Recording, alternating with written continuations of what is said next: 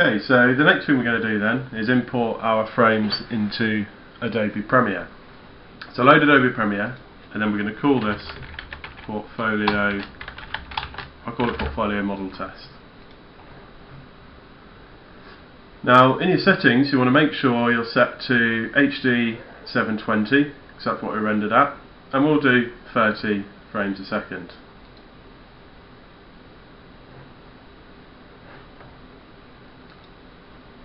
Okay, once this is opened, you want to go to File, Import, and then you want to go to the first frame of your sequence. Actually you can select any frame, but then go to Numbered Stills and hit Open. Okay, so there's our wireframe, so we'll drag that into our first slot and just slide this up a bit. And we can see our turntable there. If we then come to Import and select Jedi frame here, Numbered Stills, and hit Open. There's our Jedi frame.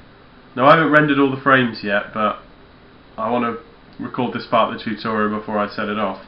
So I'm going to do tutorial for this part and then finish up the whole thing later, because once this is finished rendering I can just right click and go to, where is it, replace footage, and just bring in the full sequence. Okay, one thing I wanted to do is bring this down to here, so we've got this extra video channel for text and things. And actually if you want to add tracks you can just right click, add tracks, then say add one in there. So we've got another one to work with. Okay, so obviously at the moment we're showing just the diffuse wire. But if we come over to video transitions here and select dissolve and then additive dissolve, we can drop that in onto Jedi diffuse wire. Maybe switch this out a little bit as well. And now if I hit play, you can see we can gradually fade in our wireframe.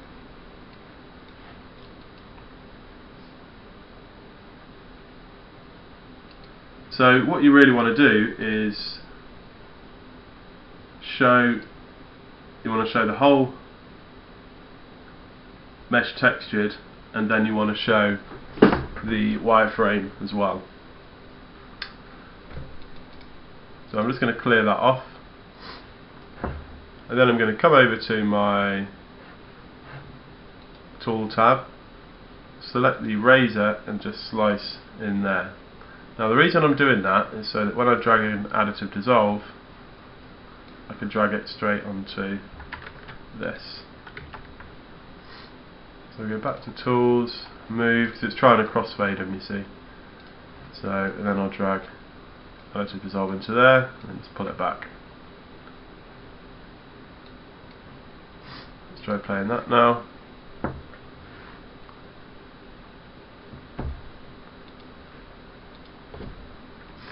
Okay, just realised that's not actually going to work, so I'm going to do that.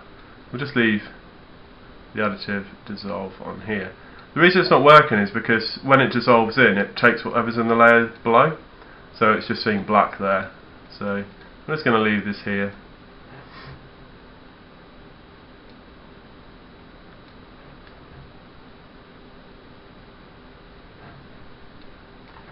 Let's just play this. So we can see our wireframe nicely transitioning in there. Okay, so the next thing we want to do is add textures and text to this. So if we load Adobe Photoshop,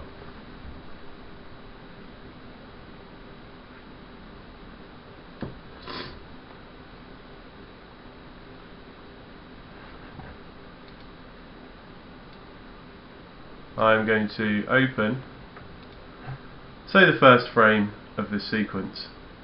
Now I can use this as a template for adding in things like text So if I go to the text tool,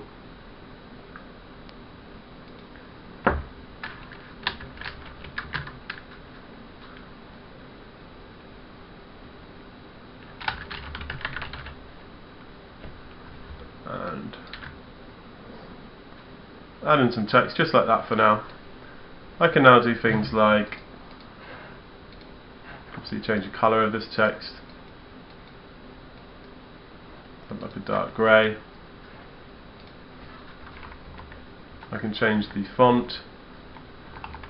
A nice quick way to change the font, by the way, is if you just click on the font you want, highlight it so it's highlighted in blue, and then you can use up and down to change it.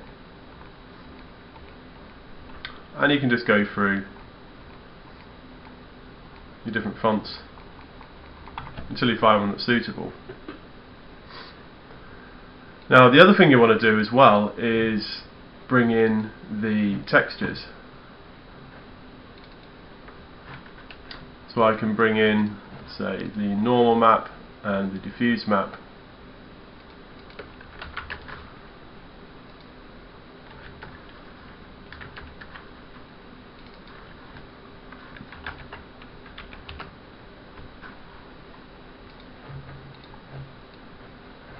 And where that's gone, kind of apply these in. So rather than go through all this stuff, because you've done all this many times, so I'll let you come up with your own layout. Just going to preload kind of one I've made earlier.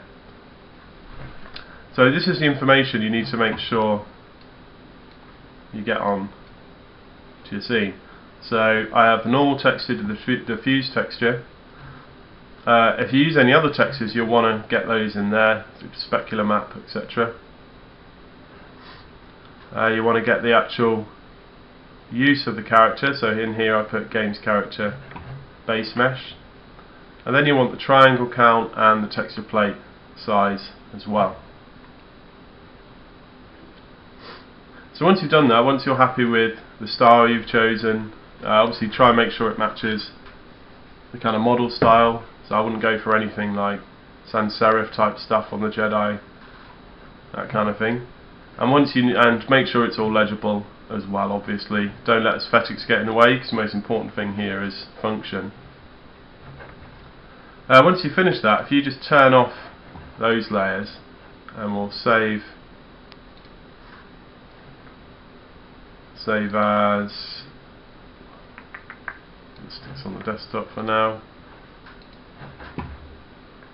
If I come into Adobe Premiere and go to import,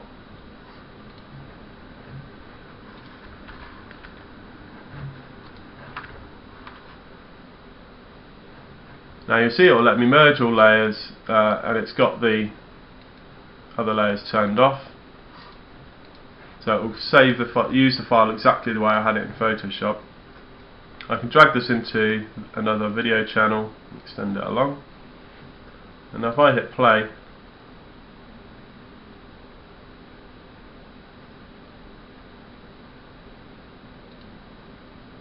you'll see I'm now able to see all the information on my model. I can see the wireframe,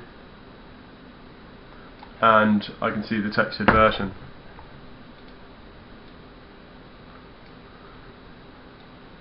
And any time I want to update that, and come back into here,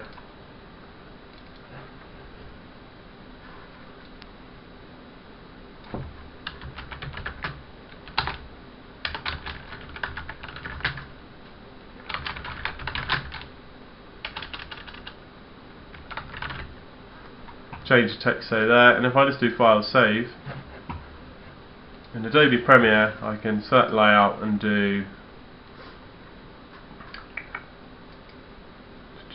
so no reload. I thought that was a reload.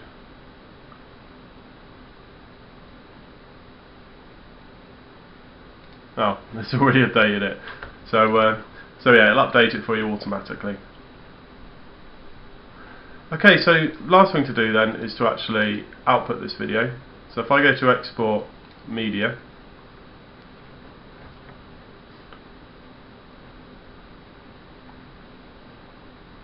so I can do Now you'll be using a newer version of Premiere, and that normally has this tick box that says match video settings. If you tick that, you will get a good result from it. I'm going to call this model turntable though.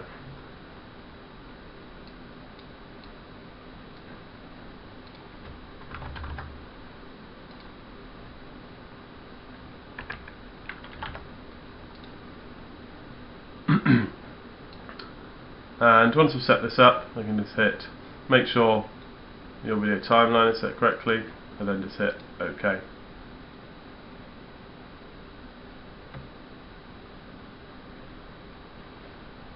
And then you just hit start queue. Like I say though, what I'll do is I'll have uploaded a tutorial showing you the best kind of format to output at the current time. It kind of changes with each version. Like I say, Premiere's got this new little button that says match video settings, and that outputs you a good quality video.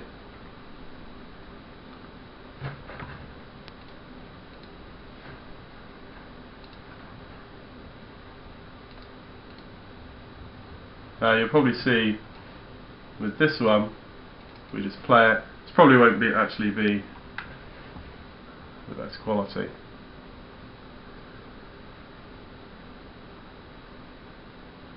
There we go, we can see our turntable there.